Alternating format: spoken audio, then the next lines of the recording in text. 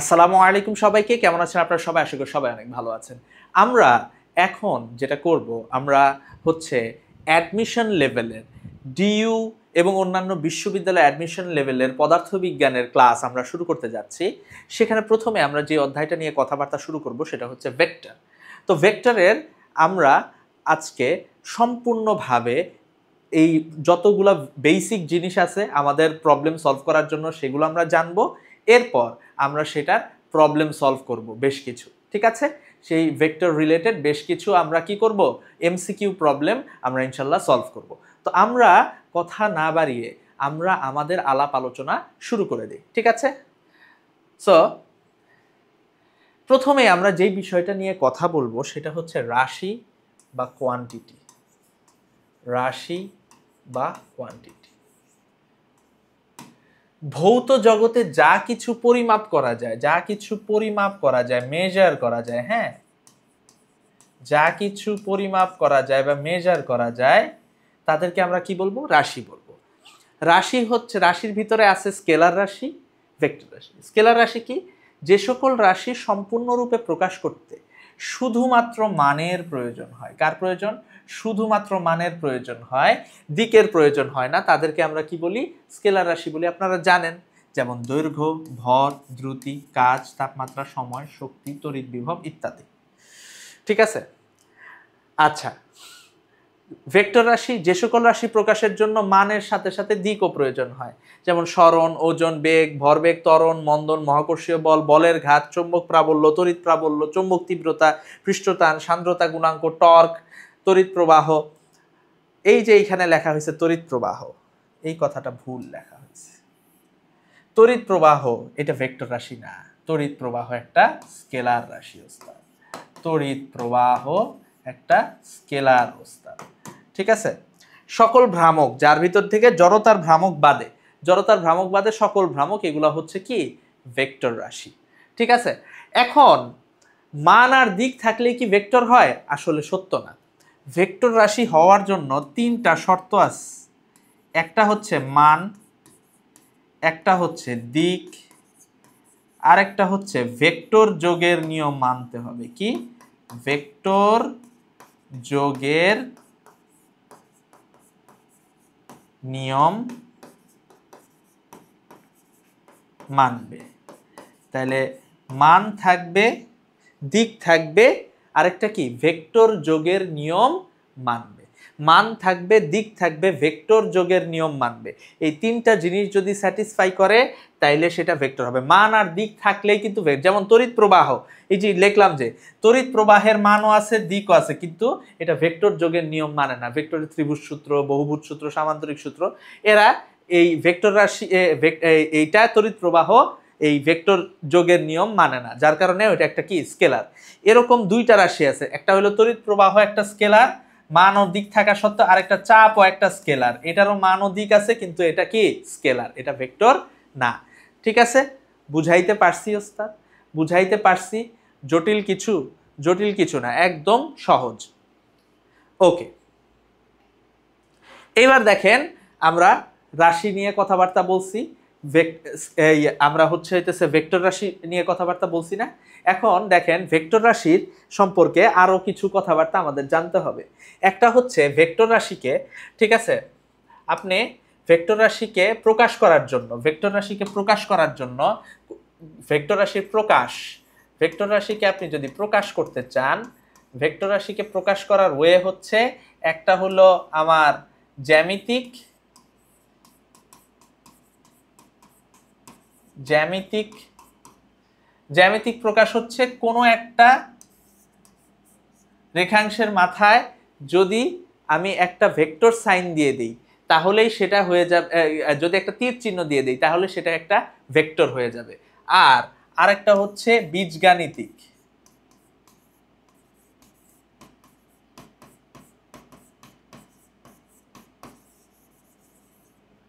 বীজগাণিতিক, আরেকটা কি? বীজগাণিতিক। বীজগাণিতিক কি? এই ধরলাম এ, ঠিক আছে, এর উপর একটা তীর চিহ্ন দিলে এটাও ভেক্টর হয়ে যাবে, এর উপর একটা বার চিহ্ন দিলেও একটা ভেক্টর হয়ে যাবে, এর নিচে একটা বার চিহ্ন দিলেও একটা ভেক্টর হয়ে যাবে, এ কে যদি একটু বোল্ড করে লিখে তাইলেও এটা একটা ভেক্টর হয়ে যাবে। এটা হলো ভেক্টরের প্রকাশ, বেসিক রিপ্রেজেন্টেশন। ঠিক আছে, তো ভেক্টরের প্রকাশ আমরা বুঝতে পারছি, রিপ্রেজেন্টেশন আমরা বুঝতে পারছি, খুবই সহজ। হ্যাঁ, তো এখন আমরা আরেকটা যে জিনিস নিয়ে কথাবার্তা বলবো সেটা হচ্ছে ভালো করে খেয়াল করেন, বিভিন্ন ধরনের ভেক্টরের ভিতরে কয়েকটা জিনিস আপনাদের একটু মনে রাখতে হবে। একটা হচ্ছে আপনারা জানেন একক ভেক্টর,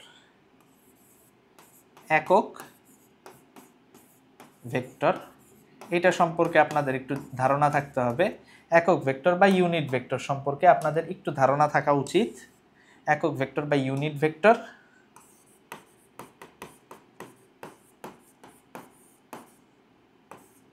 ধারণাটা কিরকম?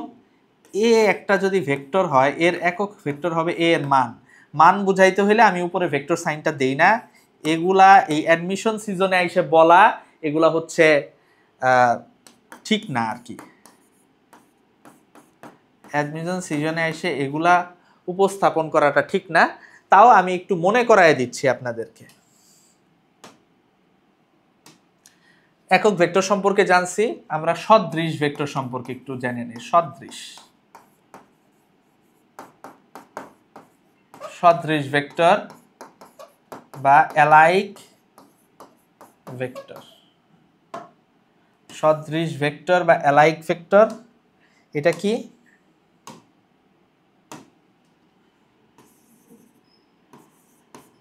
মান অ্যালাইক ভেক্টর কখন হবে? যদি জাত এক,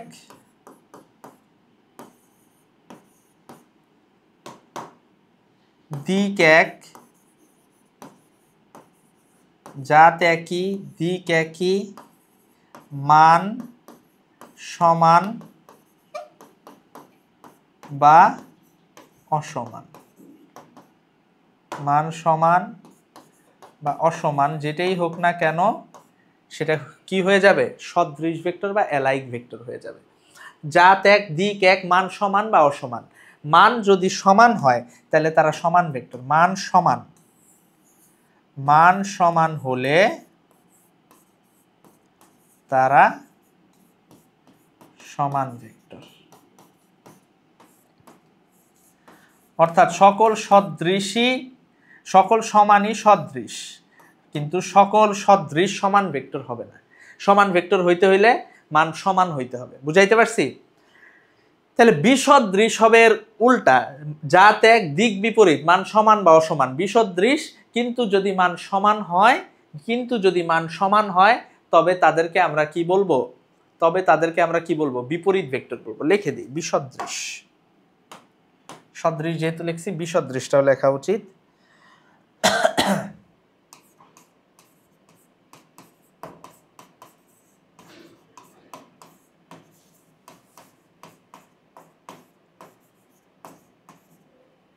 বিসদৃশ ভেক্টর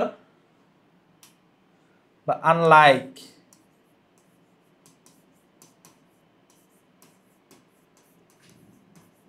ভেক্টর, বিসদৃশ বা আনলাইক ভেক্টর এটা কি?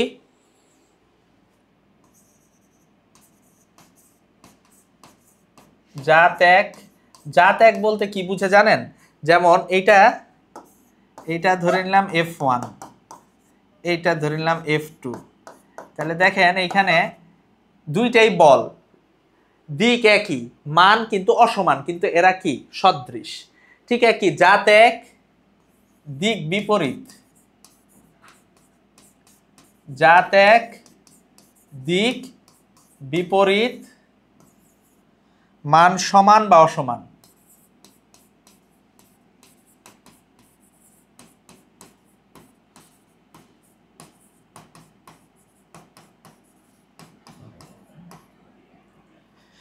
ঠিক আছে, মান সমান বা অসমান। যদি মান সমান হয়, হলে তারা বিপরীত ভেক্টর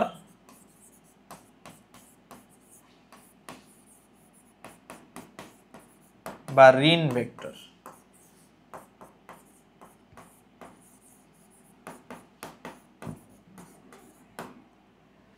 ঠিক আছে, মান সমান বা অসমান হলে তারা বিপরীত ভেক্টর বা ঋণ ভেক্টর। বুঝাইতে পারছি? মান সমান বা অসমান হইলে তারা বিপরীত বা ঋণ ভেক্টর। ক্লিয়ার? ক্লিয়ার কিনা? বুঝাইতে পারছি? সহজ? জটিল কিছু? জটিল কিছুই না, কঠিন কিছুই না, একদম পানির মতো সহজ অবস্থা।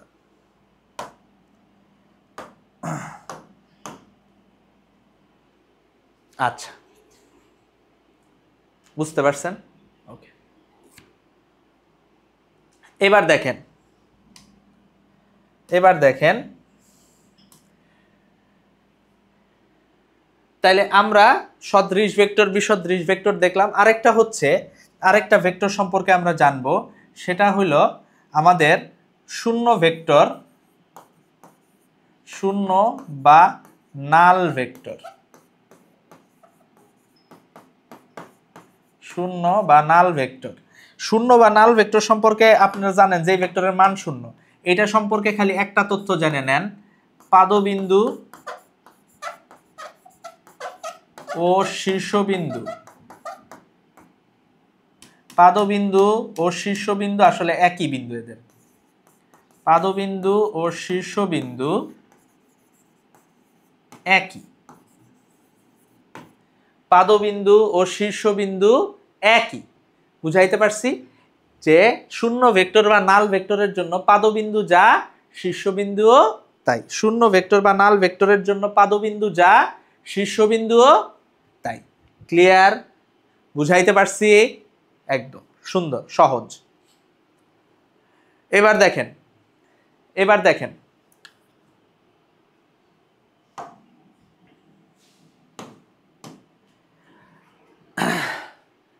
তো আমরা এই জিনিসগুলো সম্পর্কে জানলাম, শূন্য ভেক্টর, নাল ভেক্টর। আরেকটা আমরা জানি অবস্থান ভেক্টর।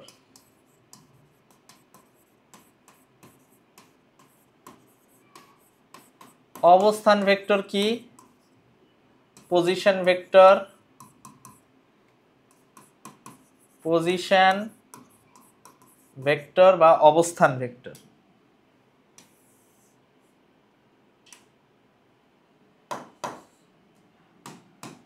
অবস্থান ভেক্টর কি? মূল বিন্দুর সাপেক্ষে অবস্থান নির্দেশক যে ভেক্টর, মূল বিন্দুর সাপেক্ষে অবস্থান নির্দেশ করে যেই ভেক্টর, সেটাকে আমরা বলি অবস্থান ভেক্টর। মূল বিন্দুর সাপেক্ষে যেই ভেক্টরটা অবস্থান নির্দেশ করবে। তাহলে মূল বিন্দুর সাপেক্ষে ধরে নিলাম এইখানে একটা বিন্দু আছে পি, এইখানে একটা বিন্দু ধরে নিলাম পি, তাহলে মূল বিন্দুর সাপেক্ষে এই হলো পি। ঠিক আছে, অবস্থান নির্দেশক। ঠিক আছে, তাহলে এইটা হচ্ছে আমার যদি আর হয়, তাহলে এই আরটাই হচ্ছে আমার কি? অবস্থান ভেক্টর। অবস্থান ভেক্টর। এই অবস্থান ভেক্টর সম্পর্কে আমি আপনাদেরকে একটা কথা বলি। যে সকল ভেক্টর আছে, প্রায় সকল ভেক্টরকে ভেক্টর শিফট করা যায়। ভেক্টর শিফট বুঝেন যে আমি যদি এইখানে একটা ভেক্টর, ধরেন আমি একটা ভেক্টর আঁকলাম, হ্যাঁ, ধরেন এই একটা ভেক্টর, ঠিক আছে, এই একটা ভেক্টর, আমি কি করতে পারবো জানেন? এই ভেক্টরটাকে এর সমান্তরালে যে কোনো জায়গায় শিফট করে নিয়ে যাইতে পারবো। এর সমান্তরালে, এইটা যেখানে আছে তার সমান্তরালে এখানে নিলাম, এখানে নিলাম, এখানে নিলাম। এটার মান দিক পরিবর্তন করা যাবে না এবং একে তেরা ব্যাখ্যা করা যাবে না, এটার দিক পরিবর্তন করা যাবে না। তাহলে এটা হয়ে যাবে কি? এটা হলো ভেক্টর শিফটিং বা ভেক্টর স্থানান্তর। এবং ভেক্টরের ক্ষেত্রে ভেক্টর শিফট অ্যালাউড, সকল ভেক্টরের ক্ষেত্রে অ্যালাউড এক্সেপ্টিং অবস্থান ভেক্টর। অবস্থান ভেক্টরের ক্ষেত্রে, অবস্থান ভেক্টরের ক্ষেত্রে ওস্তাদ, অবস্থান ভেক্টরের ক্ষেত্রে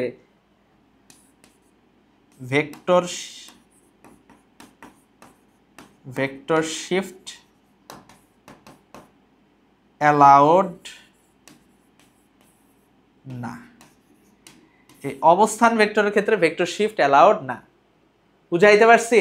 অবস্থান ভেক্টরের ক্ষেত্রে আপনি ভেক্টর শিফট করতে পারবেন না। ক্লিয়ার? এবার দেখেন আরেকটা হচ্ছে বিপ্রতীপ ভেক্টর।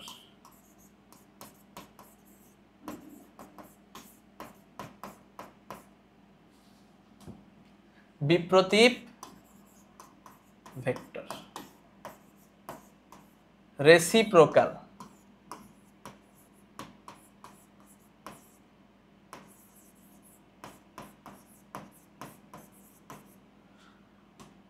রেসিপ্রোকাল ভেক্টরটা কি একটু খেয়াল করেন ওস্তাদ। রেসিপ্রোকাল ভেক্টরটা কি?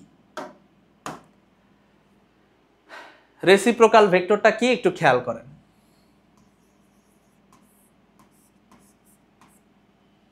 রেসিপ্রোকাল ভেক্টরটা হচ্ছে, ধরেন একটা ভেক্টর আছে টোয়াইস আই ক্যাপ, এটা হলো পি, আরেকটা vector Q is equal to half I cap. তাহলে এইটার আর এইটা একটা আরেকটার কি গুণোত্তর বিপরীত হইল না?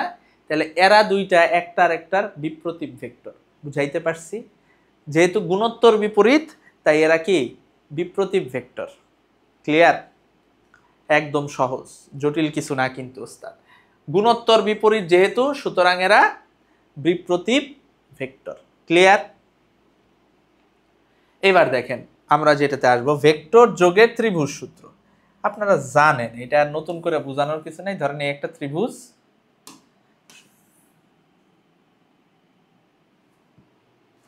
ত্রিভুজের যে কোনো দুইটা বাহুকে, ত্রিভুজের তিনটা বাহুকে যদি তিনটা ভেক্টর দ্বারা নির্দেশিত করা যায়, তাহলে যেই দুইটা বাহু একই ক্রমে আছে, এই একই ক্রমে সূচিত যে ভেক্টরগুলা এই ক্রমে আর বিপরীত ক্রমে আছে এইটা, তাহলে এরা কি সেম অর্ডারে, এ কি অপোজিট অর্ডারে।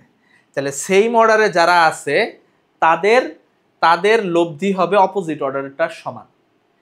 সেম অর্ডারে যারা আছে তাদের লব্ধি হবে অপোজিট অর্ডারে যে আছে তার সমান। তাহলে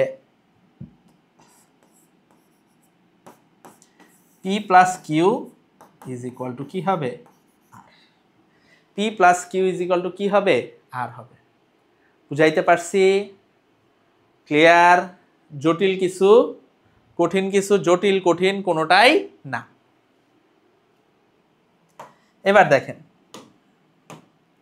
যদি তিনটা সেম অর্ডারে থাকে তাহলে তাদের লব্ধি হবে 0। এগুলা আপনারা পড়ে এসেছেন, পি কিউ এটা আর, এই তিনটার লব্ধি কি হবে? 0 হবে। এই তিনটার লব্ধি কি হবে ওস্তাদ? 0 হবে। বুঝাইতে পারছি? ওকে। ভেক্টর যোগের বহুভুজ সূত্র।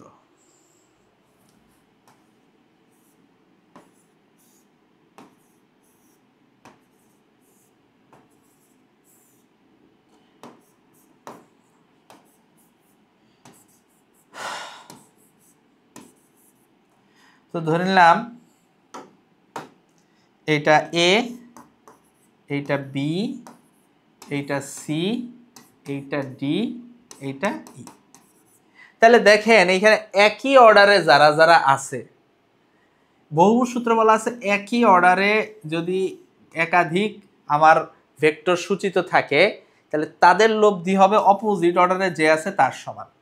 তাহলে এইখানে A plus B plus C plus D is equal to, এটাই বহুভুজ সূত্র। আর যদি সবগুলা একই অর্ডারে থাকে, তাহলে তাদের লব্ধি কি হবে? 0 হবে।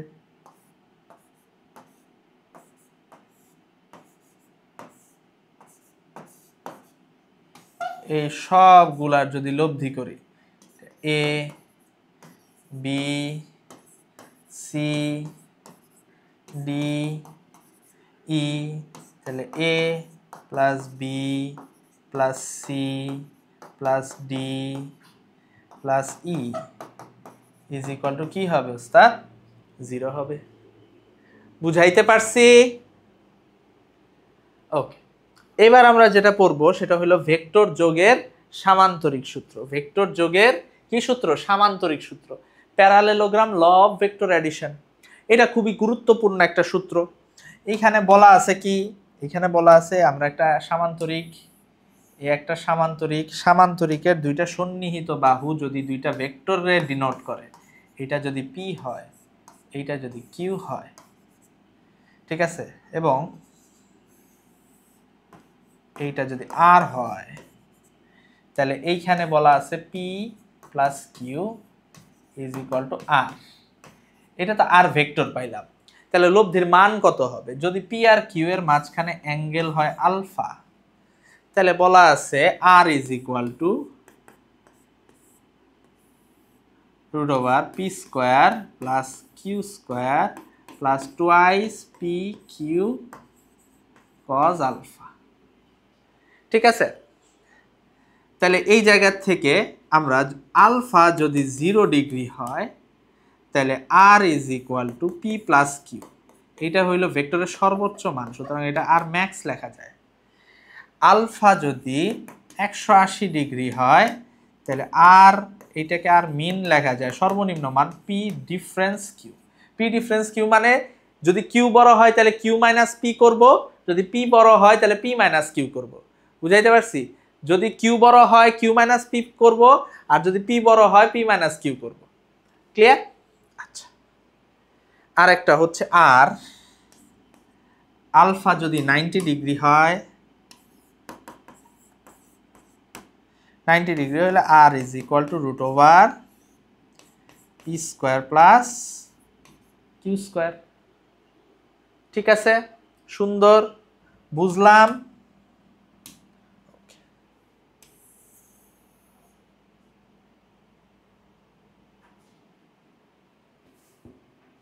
এটা হইল লব্ধির মান।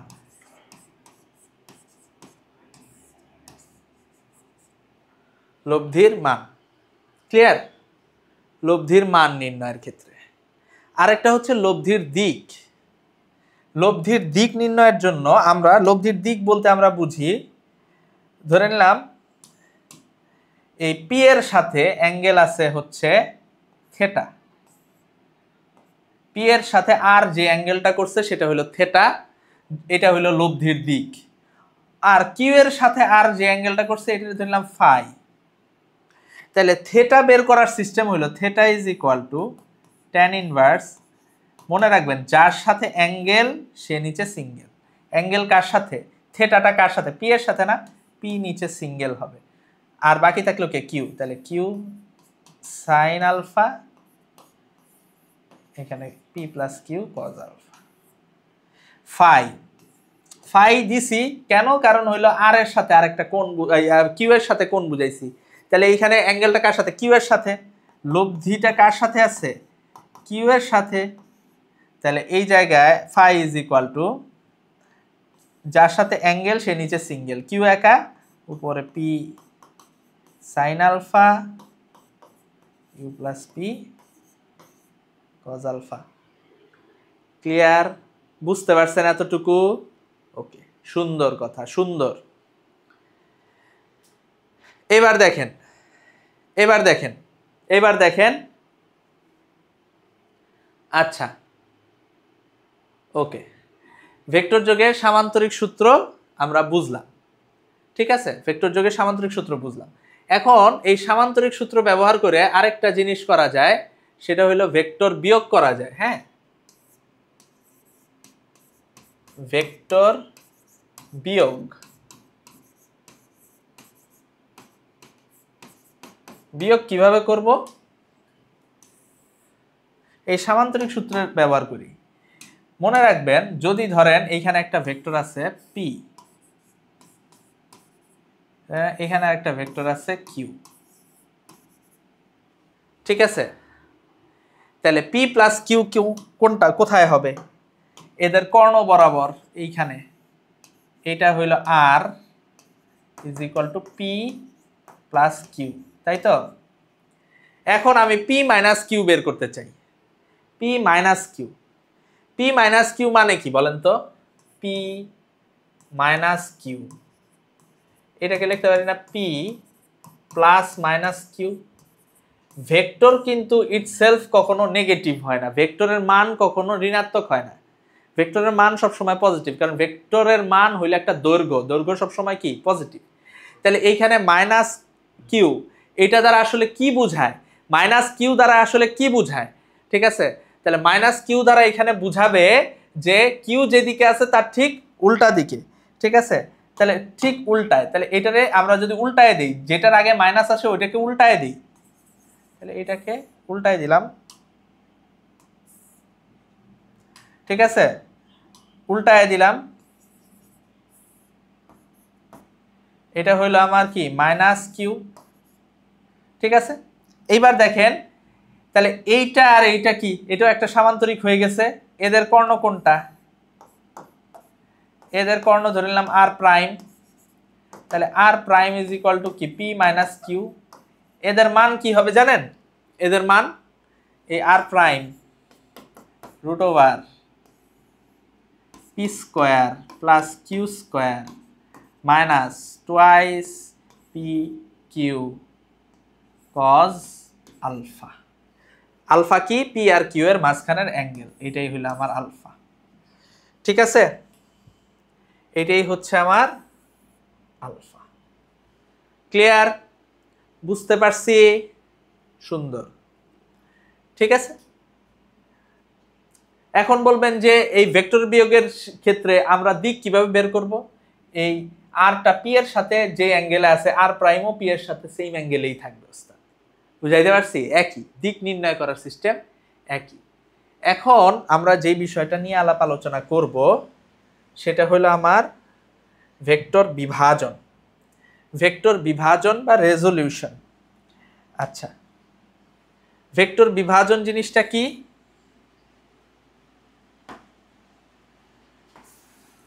দেখেন ভেক্টর বিভাজন জিনিসটা কি দেখেন, সুন্দর করে খেয়াল করেন।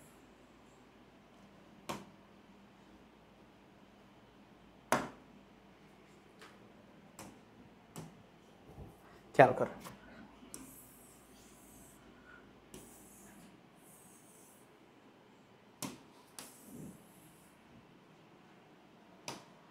ধরেন এই দিক এটা এক্স, এটা ওয়াই, এটা এক্স, এটা ওয়াই। এখন ধরে নিলাম এইখানে একটা ভেক্টর কাজ করতেছে, এই ভেক্টরটা হলো পি, পি এক্স অ্যাক্সিসের সাথে থিটা অ্যাঙ্গেলে আছে। তাহলে পি এক্স অক্ষ বরাবর কতটুকু আছে এইটা আমার বের করতে হবে, অর্থাৎ এক্স অ্যাক্সিস বরাবর কতটুকু আছে।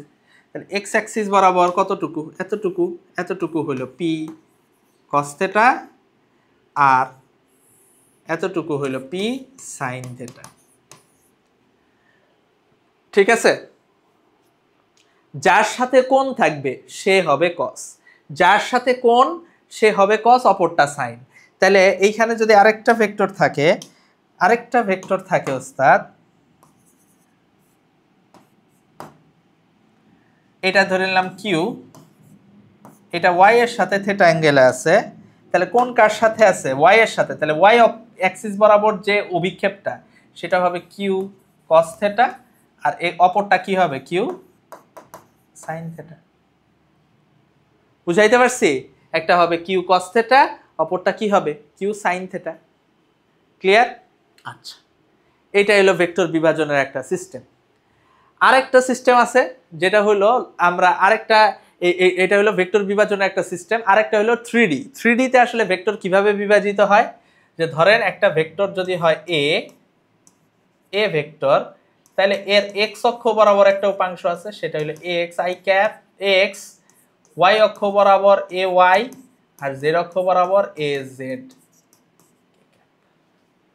ঠিক আছে। X I cap plus A Y J cap plus A Z K cap.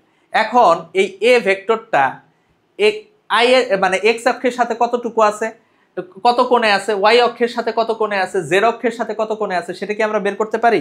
অবশ্যই বের করতে পারি। সেটা বের করার সিস্টেমটা আমি দেখাই দিই। এক্স অক্ষের সাথে তার কোণ, ওয়াই অক্ষের সাথে তার কোণ, জেড অক্ষের সাথে তার কোণ, এটা আমরা সিস্টেমটা আমরা দেখাই দিই। সিস্টেমটা হচ্ছে cos থিটা, ধরেন এক্স অক্ষের সাথে কোণ আলফা, ঠিক আছে, এক্স অক্ষের সাথে তার কোনটা আলফা, তাহলে alpha is equal to cos inverse X by A, এখানে এ বলতে এ এর মান বুঝাইছে, beta is equal to cos inverse A Y by A, gamma is equal to cos inverse A Z by, ঠিক আছে, clear? এতটুকু বুঝতে পারছেন? এতটুকু বুঝতে পারছেন? এতটুকুর ভিতরে কোনো জটিলতার জায়গা আছে কিনা? এতটুকুর ভিতরে কোনো জটিলতার জায়গা থাকার কথা না। এইবার দেখেন আমরা আরেকটা জিনিস সম্পর্কে জানব, সেটা হচ্ছে লামির উপপাদ্য।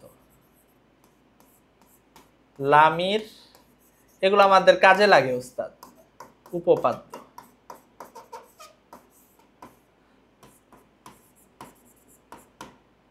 লামিস থিওরাম, লামির উপপাদ্য। লামির উপপাদ্যটা কি দেখেন, ধরেন একটা বিন্দুতে তিনটা ভেক্টর কাজ করতেছে, একটা বিন্দু, এই বিন্দুতে তিনটা ভেক্টর কাজ করতেছে, হ্যাঁ, এই একটা ভেক্টর, এ আর একটা ভেক্টর, এ আর একটা ভেক্টর, ঠিক আছে, একটা হচ্ছে এ, একটা বি, একটা সি।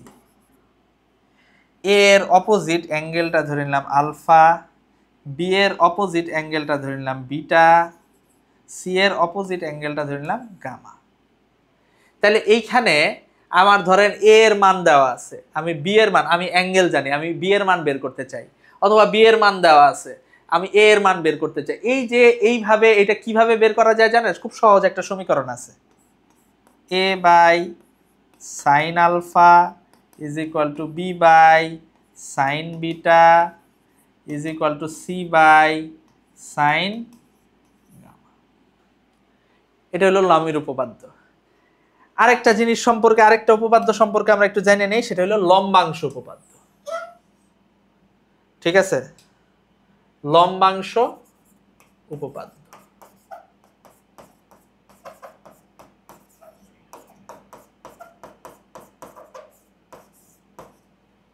ঠিক আছে, থিওরাম অফ রিজলভড পার্টস,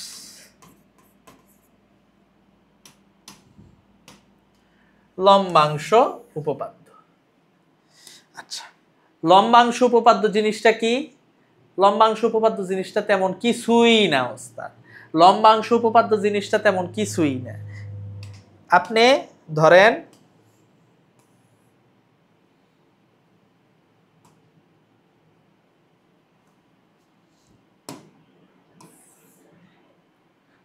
একটা ব্যবস্থা আছে, এই ব্যবস্থায় ধরে নিলাম তিনটা ভেক্টর কাজ করতেছে, এই দিক বরাবর পি, এই দিক বরাবর ধরলাম কিউ, এই দিক বরাবর ধরলাম আর। এখন আপনি এদের লব্ধি বের করতে চান, আপনি যেটা করবেন, যে কোনো একটা অক্ষ থেকে একই দিকে কোণ নির্বাচন করবেন, যে কোনো একটা অক্ষ থেকে একই দিকে অ্যাঙ্গেল নির্বাচন করবেন। কিরকম? এই ধরেন অক্ষ, এই অক্ষ থেকে এই দিকে অ্যাঙ্গেল ধরেন আলফা, পি এর সাথে, কিউ এর সাথে অ্যাঙ্গেলটা ধরলাম বিটা, আর এর সাথে অ্যাঙ্গেলটা এইভাবে ঘুরায় আমার গামা ধরতে হবে। আমি কি করলাম? উল্টা দিকে ধরলাম। আচ্ছা, উল্টা দিকে ধরলে কি করতে হবে সেটা বোঝানোর জন্য আমি উল্টা দিকে ধরলাম। তাইলে ধরে নিলাম এটার একটা লব্ধি আছে, লব্ধিটা ধরে নেন এই দিক বরাবর গেছে, লব্ধিটা এই দিক বরাবর গেছে, এইটা হলো ধরেন লব্ধি আর, ঠিক আছে, আর এবং আর হইলো এই অক্ষের সাথে ধরলাম থিটা অ্যাঙ্গেলে আছে। তাহলে এই লব্ধির একটা এক্স অক্ষ বরাবর উপাংশ থাকবে, সেটা ধরলাম আর এক্স। আর এক্স মানে হলো আর কস, যেহেতু এক্স অক্ষের সাথে কোণ, আর কস থিটা, ঠিক আছে, ইজ ইকুয়াল টু, আমি কি লিখতে পারি দেখেন, পি এক্স অ্যাক্সিস বরাবর, যেহেতু এক্স অ্যাক্সিসের সাথে সবগুলা কোণ, তাহলে এইটা কি এক্স অক্সিস বরাবর সবগুলা কি হবে কস, যার সাথে কোণ সে থাকে কস। তাহলে এইখানে হবে P cos alpha plus Q cos beta plus, ঠিক আছে। আচ্ছা, আমার এখানে আর দুইটা হয়ে গেছে, আমি একটাকে আমার লব্ধিটাকে না, লব্ধিটা আরই থাকুক, এটা এস ধরি, এস, হ্যাঁ। আরেকটা হইলো ধরলাম এস কস, এই দিক বরাবর যদি হয়তো আমার এই দিক বরাবর ঘুরায় ধরলে যদি হয় গামা, উল্টা দিকে ঘুরাইলে হবে মাইনাস গামা, মাইনাস গামা। সমস্যা নাই, P cos alpha plus Q cos beta plus S cos minus gamma কি হয়ে যায় cos gamma, S cos gamma, ঠিক আছে। আর R Y is equal to R sine theta, তাহলে এটা হবে P sine alpha Q sine beta আর S sine minus gamma. Sine minus gamma কি হয়ে যায় দেখেন, কস মাইনাস চিহ্ন খায় ফেলে, যার কারণে এটা কস, কস মাইনাস থেটা মানে কস থেটা, কিন্তু সাইন মাইনাস থেটা মানে কি মাইনাস সাইন থেটা। তাহলে এই জায়গায় P sine alpha plus Q sine beta minus S sine gamma হবে। তাহলে এই জায়গা থেকে লব্ধি বের করতে R is equal to root over R X square plus R Y square করে দিলেই হয়ে যাবে। বুঝাইতে পারছি? R X square plus R Y square করে দিলেই কিন্তু লব্ধি আমার বের হয়ে যাবে ওস্তাদ, লব্ধি বের হয়ে যাবে, কোনো ঝামেলা হবে না ওস্তাদ, ঠিক আছে, কোনো ধরনের কোনো ঝামেলা হবে না। আচ্ছা, লম্বাংশ উপপাদ্য দেখলাম, লামির উপপাদ্য দেখলাম, এখন আমরা যেই বিষয়টা নিয়ে কথা বলবো সেটা হলো বৃষ্টি ছাতা।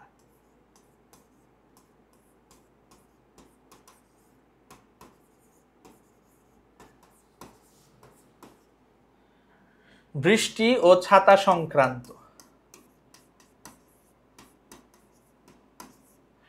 বৃষ্টি ছাতার জন্য আপনাদের ইউনিভার্সিটিতে সব সময় সোজা রাস্তাই ব্যবহার করে, বাঁকা রাস্তা ব্যবহার খুব কম করে। যদি বাঁকা রাস্তা ব্যবহার করে তাহলে মনে রাখবেন সহজ আপেক্ষিক বেগের একটা সমীকরণ আছে, ভি আর এম,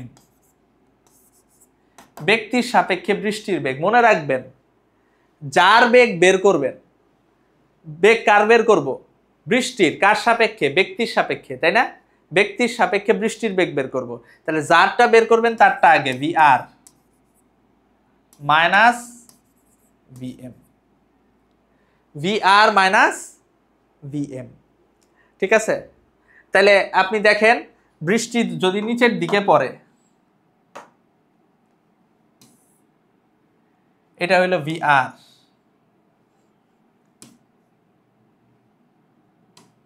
ভি আর একটা ব্যক্তি, সে ধরেন সামনের দিকে যাইতেছে, এটা হইলো আমার কি ভি এম। এখন এটা কি মাইনাস ভি এম না? তাহলে আমার কি করতে হবে, এইটারে উল্টায় এইখানে বসাইতে হবে, উল্টায় দিতে হবে না,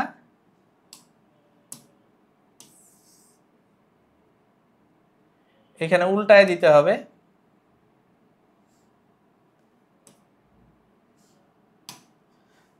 মাইনাস ভি এম, ঠিক কিনা? এবং বৃষ্টি পড়তেছে কি এদের, এই যে এইটা হইল ভি আর এম, ব্যক্তির সাপেক্ষে বৃষ্টি, কোণ যদি হয় থেটা, তাহলে এই জায়গা থেকে এটা এই পাশে ইয়া করলে ভি এমটা এইখানে যদি বসাই, ভি এমটা এইখানে যদি প্যারালাল শিফট করে বসাই, এটা ধরেন লম্বা হয়ে এই পর্যন্তই আসবে, প্যারালাল শিফট করে যদি বসাই তাহলে, দুঃখিত,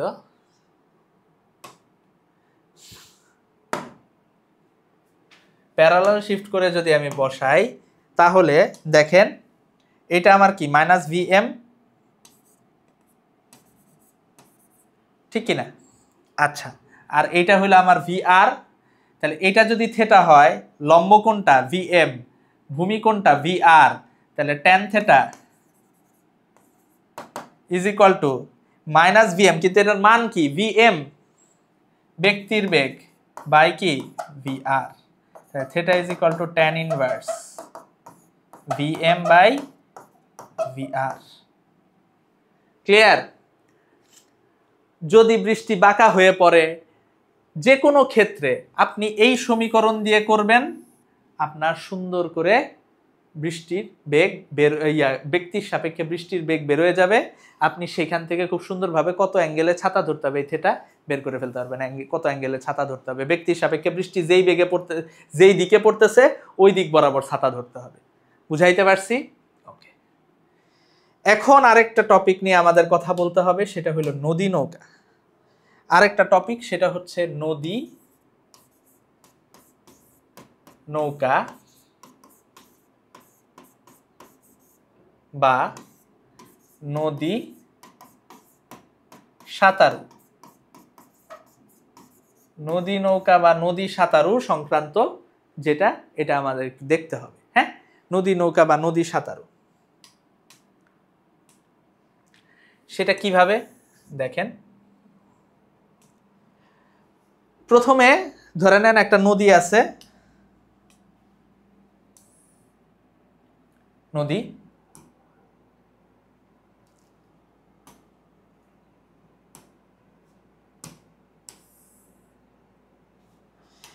এদের স্রোতের বেগ, এই নদীর স্রোতের বেগ ওস্তাদ এই দিক বরাবর ইউ, একটা নৌকা এইদিকে যাওয়ার চেষ্টা করতেছে ভি, স্রোতের সাথে নৌকার বেগ হচ্ছে, নৌকার দিক হচ্ছে স্রোতের সাথে নৌকা চলার দিক হচ্ছে থেটা। তাইলে আমার থেটা না ধরে আলফা ধরি, স্রোতের সাথে নৌকা চলার দিক হচ্ছে আলফা। তাহলে এখন আমার নদী পার হইতে আমার কোন উপাংশ লাগবে? এই দিক বরাবর উপাংশটা লাগবে না। তাহলে এইটা কি ভি সাইন আলফা না এই উপাংশটা? তাহলে যে কোনো ক্ষেত্রে, এই ক্ষেত্রে নদী পারাপারে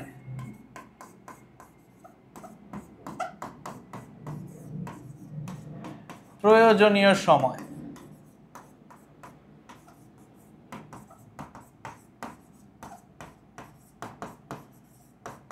নদী পারাপারের প্রয়োজনীয় সময় টি ইজ ইকুয়াল টু, নদীর প্রস্থ যদি হয় D, D by V sine alpha. এখন আমি সর্বনিম্ন সময়ে কখন নদী পার হইতে পারবো? যখন এই ভি সাইন আলফার মান সর্বোচ্চ হবে, আলফা যদি 90 ডিগ্রি হয় তাইলেই তো ভি সাল, অর্থাৎ যদি সোজাসুজি রওনা দেয় তাইলেই তো ভি সাইন আলফা কি সর্বোচ্চ ওস্তাদ, তাই না? তাইলে সর্বনিম্ন সময়ে,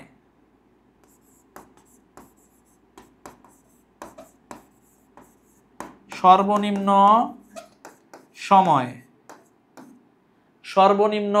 সময়ে নদী পারাপারের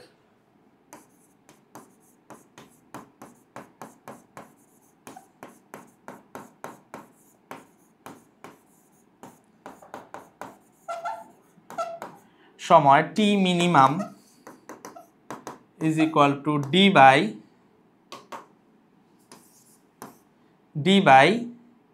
ভি। সর্বনিম্ন সময়ে নদী পারাপারের জন্য যে সর্বনিম্ন সময়ে নদী পারাপারের যে সময় সেটা হইল ডি বাই ভি, ঠিক আছে, মিনিমাম। এখন এটা তো সর্বনিম্ন সময়ের কথা গেল, সর্বনিম্ন দূরত্বের ক্ষেত্রে কি হবে? সর্বনিম্ন দূরত্বে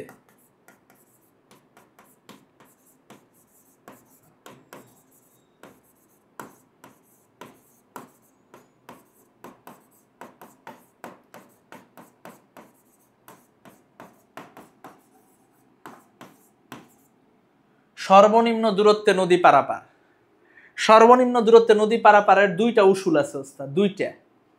এক হচ্ছে সর্বনিম্ন দূরত্বে নদী পারাপারের জন্য রওনা দেওয়ার দিক, রওনা দেওয়ার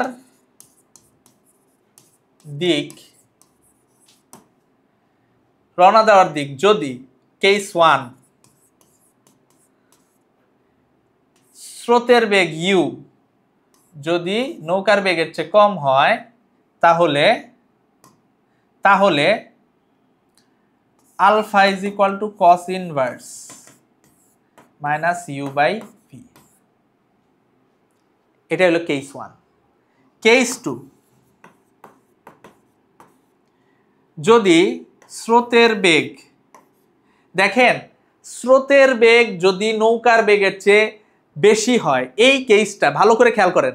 স্রোতের বেগ নৌকার বেগের চেয়ে বেশি হইলে কোন দিকে রওনা দিতে হবে, এই কেসটা ওস্তাদ আপনাদের আসে না, কিন্তু ইদানিং দেখা যাচ্ছে ঢাকা ইউনিভার্সিটির ভর্তি পরীক্ষা একটু একটু করে স্ট্যান্ডার্ডাইজেশন করা হচ্ছে। তাহলে সেই ক্ষেত্রে নদী পারাপারের দিক আলফা ইজ ইকুয়াল টু হবে cos inverse V by minus V by U, cos inverse minus V by you.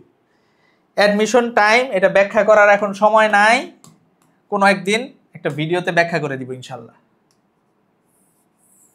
আর এইখানে দেখেন মাইনাস এইখান থেকে আমরা কি লিখতে পারি, এইখানে প্রয়োজনীয় সময়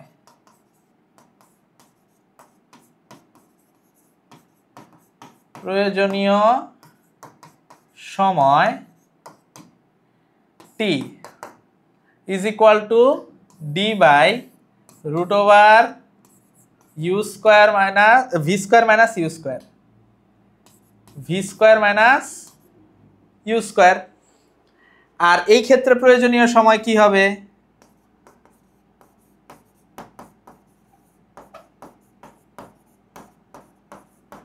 সময় t is equal to d by root over u square minus v square।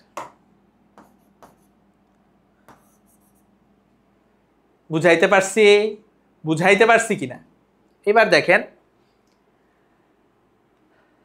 ঠিক আছে। এখন আমরা যেই জায়গায় যাব সেটা হলো ভেক্টরের গুণ।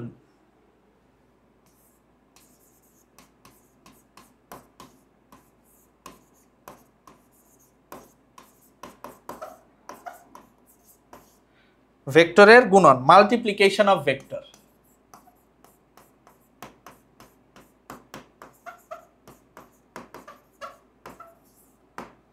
Multiplication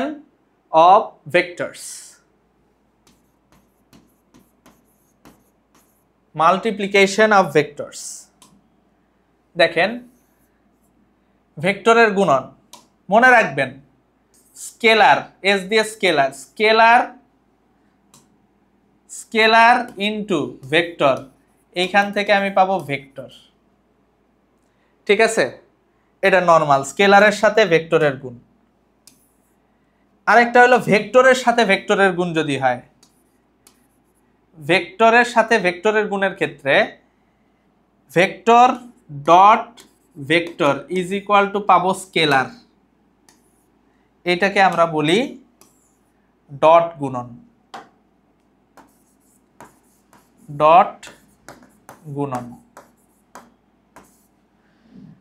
ডট গুণনটা কি, যদি এ একটা ভেক্টর হয়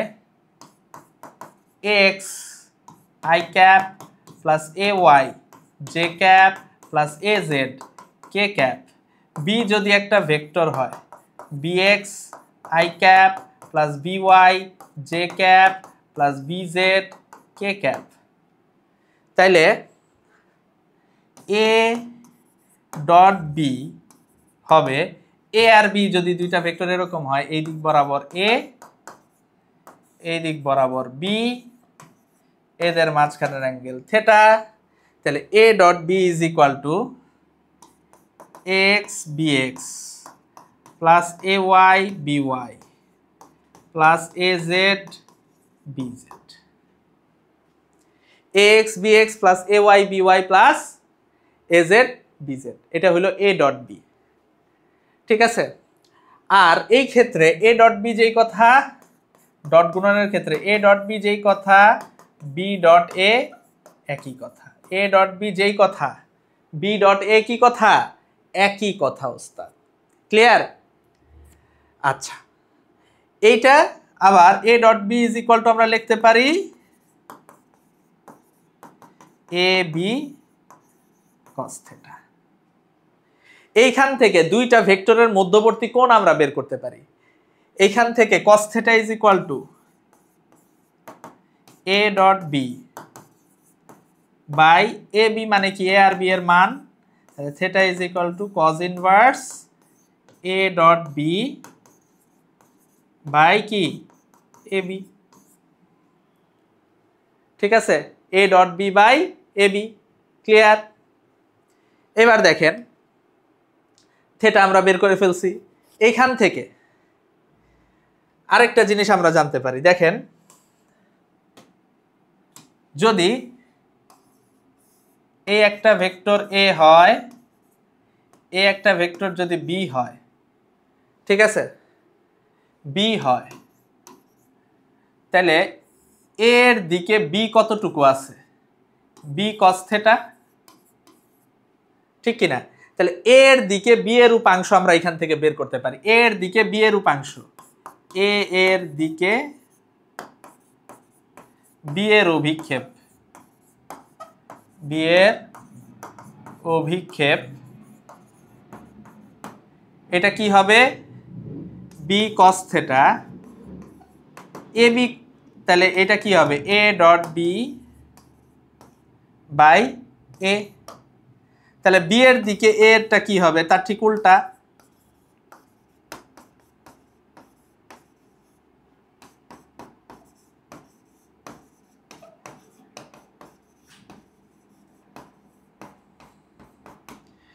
তাহলে যার অভিক্ষেপ তার কস হয়, মনে রাখবেন, যার অভিক্ষেপ তার কস। তাহলে A cos theta A dot B by B. সুন্দর। এবার দেখেন,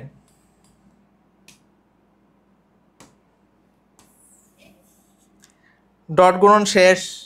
এবার আমরা যেটা দেখবো সেটা হলো ক্রস।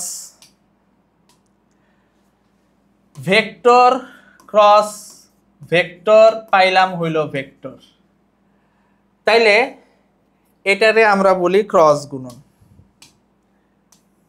ক্রস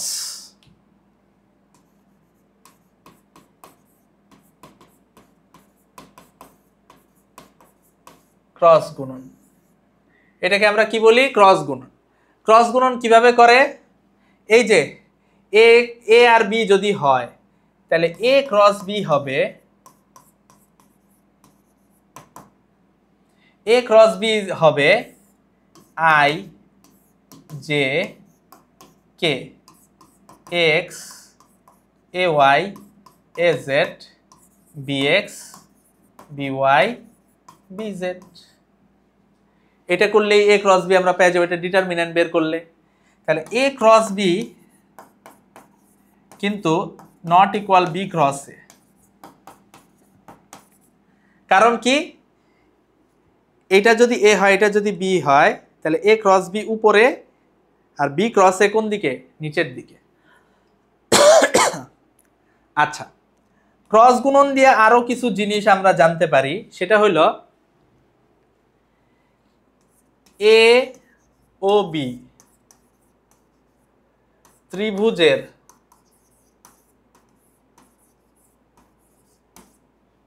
দুটি সন্নিহিত বাহু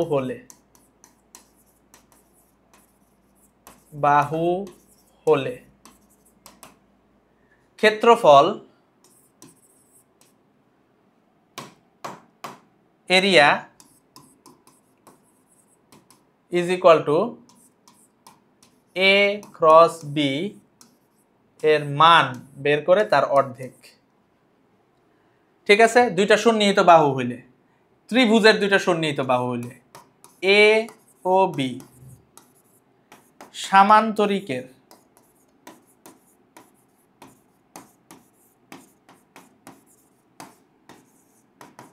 দুটি সন্নিহিত বাহু হলে এ ও বি সামান্তরিকের দুটি সন্নিহিত বাহু হলে area is equal to A cross B এর মান। এ ও বি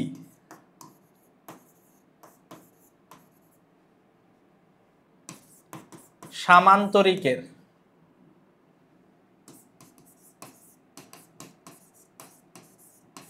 এ ও বি সামান্তরিকের কর্ণ হলে এরিয়া হাফ এ ক্রস বি। ঠিক আছে, তো এই জিনিসগুলো মাথায় থাকবে। এরপর দেখেন একক ভেক্টর, ভেক্টরের মান নির্ণয় আপনারা জানেন, যদি এ একটা ভেক্টর হয় X I cap plus A Y J cap plus A Z K cap, A যদি একটা ভেক্টর হয় A X I cap plus A Y J cap plus A Z K cap, এরকম যদি হয় তাহলে এর মান হবে root over A X square plus A Y square plus A Z square. তাইলে এ আর বি এর ধরেন এ এর দিকে সমান্তরাল দিকে একক ভেক্টর, এ এর দিকে একক ভেক্টর, এর দিকে একক ভেক্টর, এর দিকে একক ভেক্টর আমার হবে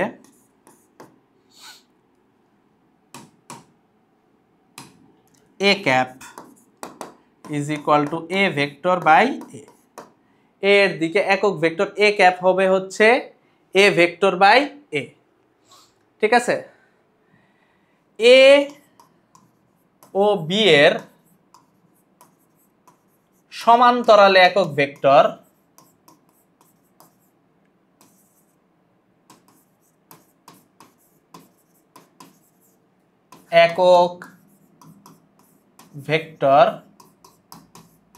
সমান্তরালে একক ভেক্টর হবে আমার কি হবে দেখেন তো, এ ও বি এর সমান্তরালে, তাহলে এ আর বি যোগ হয়ে যাবে এ প্লাস বি, আর এদের মান দ্বারা আমি ভাগ করে দিব, এ প্লাস বি মান দ্বারা ভাগ করে দিব। এ ও বি এর সমান্তরাল দিকে একক ভেক্টর এন ক্যাপ, এ ও বি এর লম্ব দিকে একক ভেক্টর, লম্ব দিকে কে থাকে বলেন তো,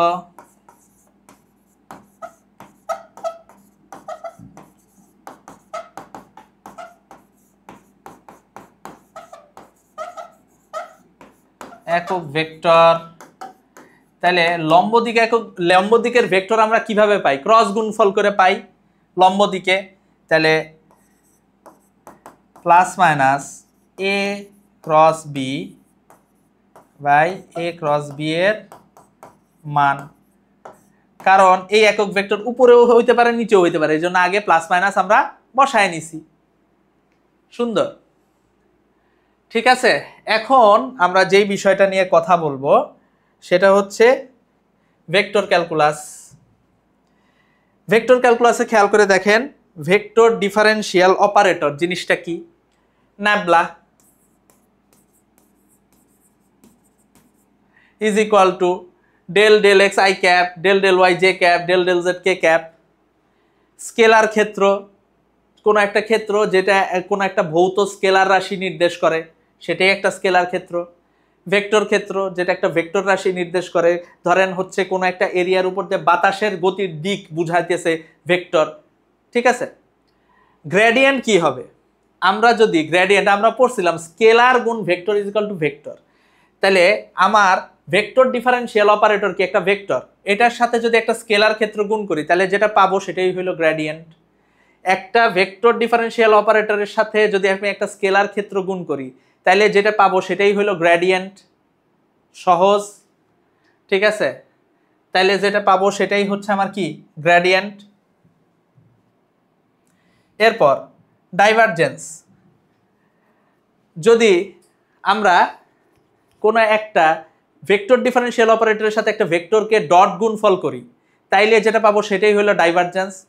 ডাইভারজেন্সের ক্ষেত্রে মনে রাখবেন, এবং ডাইভারজেন্স যেটা আসবে সেটা একটা স্কেলার হবে।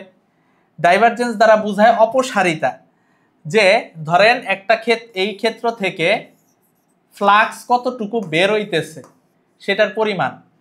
যেমন আমার যদি কোনো জায়গায় পদার্থের আয়তন বাড়ে, ঘনত্ব হ্রাস পায়, ধরেন পানি ছড়ায় যাইতেছে, তাহলে ওই জায়গায় ডাইভারজেন্স পজিটিভ। পানি এক জায়গায় আসতেছে, তাহলে ওই জায়গায় ডাইভারজেন্স নেগেটিভ।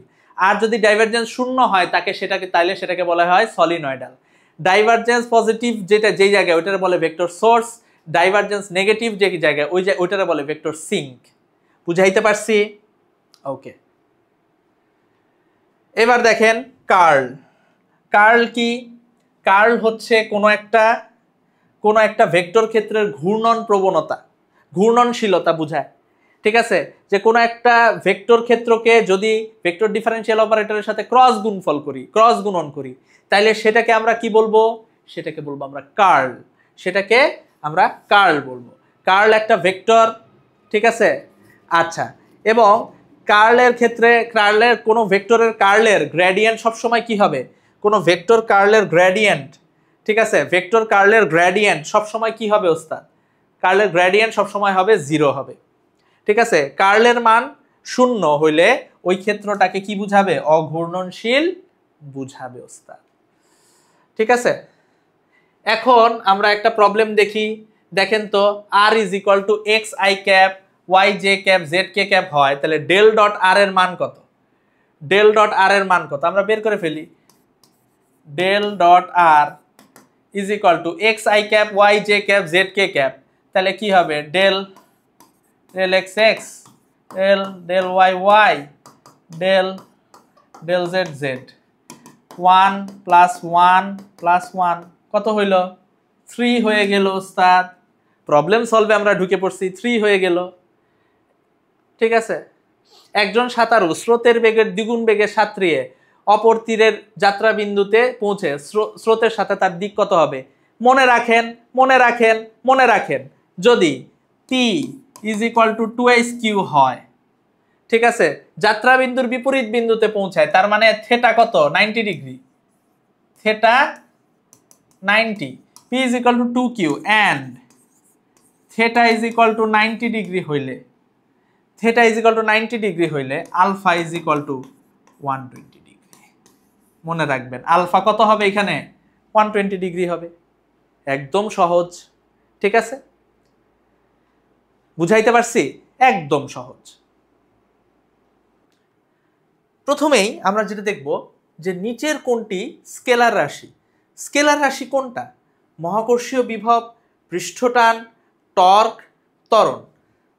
পৃষ্ঠটান, মহাকর্ষীয় বিভব, টর্ক, ত্বরণ। বিভব, এই কথাটা আছে না? বিভব, ভালো করে খেয়াল করেন। বিভব মানে কি? মহাকর্ষীয় বিভব কি? যে অসীম থেকে একটা বস্তু মহাকর্ষীয় ক্ষেত্রের ভিতরে আনতে কৃত কাজ। তাহলে এটা কি? এটা একটা কাজ যেহেতু, সুতরাং এটা অবশ্যই মহাকর্ষীয় বিভব একটা কি হবে? স্কেলার হবে ওস্তাদ। মহাকর্ষীয় বিভব একটা কি হবে? স্কেলার হবে ওস্তাদ। সুন্দর, দেখেন মহাকর্ষীয় বিভব স্কেলার। জটিল কিছু না, একদম সহজ। এরপরে যাই, দেখেন কোনটি ভেক্টর রাশি? আয়তন, বৈদ্যুতিক বিভব, স্বর্ণপাত, ধারক যন্ত্র, বৈদ্যুতিক প্রাবল্য। আয়তন, এটি কি কোনো ভেক্টর রাশি? না। বিভব, একটু আগে বললাম বিভব মানে কি? মনে রাখবেন বিভব এক ধরনের কাজ, বিভব এক প্রকার কাজ। তাহলে কাজ যেহেতু স্কেলার, বিভব কি? বিভব এক প্রকার কাজ যেহেতু স্কেলার, সুতরাং বৈদ্যুতিক বিভব স্কেলার। স্বর্ণপাত, ধারক যন্ত্র কোনোদিন কোন রাশি হয় না। বৈদ্যুতিক প্রাবল্য E = F/Q, তাহলে এইটা কি ওস্তাদ? এই বৈদ্যুতিক প্রাবল্য, এটা একটা ভেক্টর। খুবই সহজ। নিচের কোনটি বন্টন সূত্র?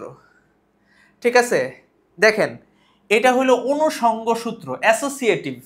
ঠিক আছে, প্রথমে p + q একসাথে আছে, r আলাদা আছে, এরপর r আর q একসাথে আছে, p আলাদা আছে, অনুষঙ্গ উপপাদ্য না।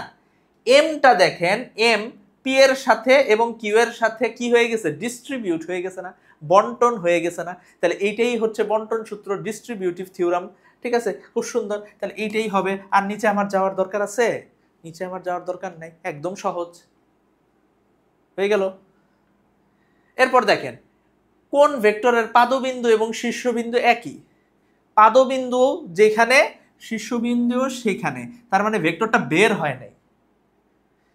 পাদবিন্দু যেখানে, শীর্ষবিন্দু সেখানে, এটা কোন ভেক্টর হবে? এটা অবশ্যই নাল ভেক্টর, এটা অবশ্যই নাল ভেক্টর। ঠিক আছে, এটাকে কিন্তু এটাকে পয়েন্ট ভেক্টরও বলে, এটা নাল ভেক্টর। সোজা। ভেক্টরকে ভেক্টর দ্বারা গুণ করলে গুণফল হয় স্কেলার ভেক্টর, কখনো স্কেলার কখনো ভেক্টর। আমরা জানি যে আমরা ভেক্টর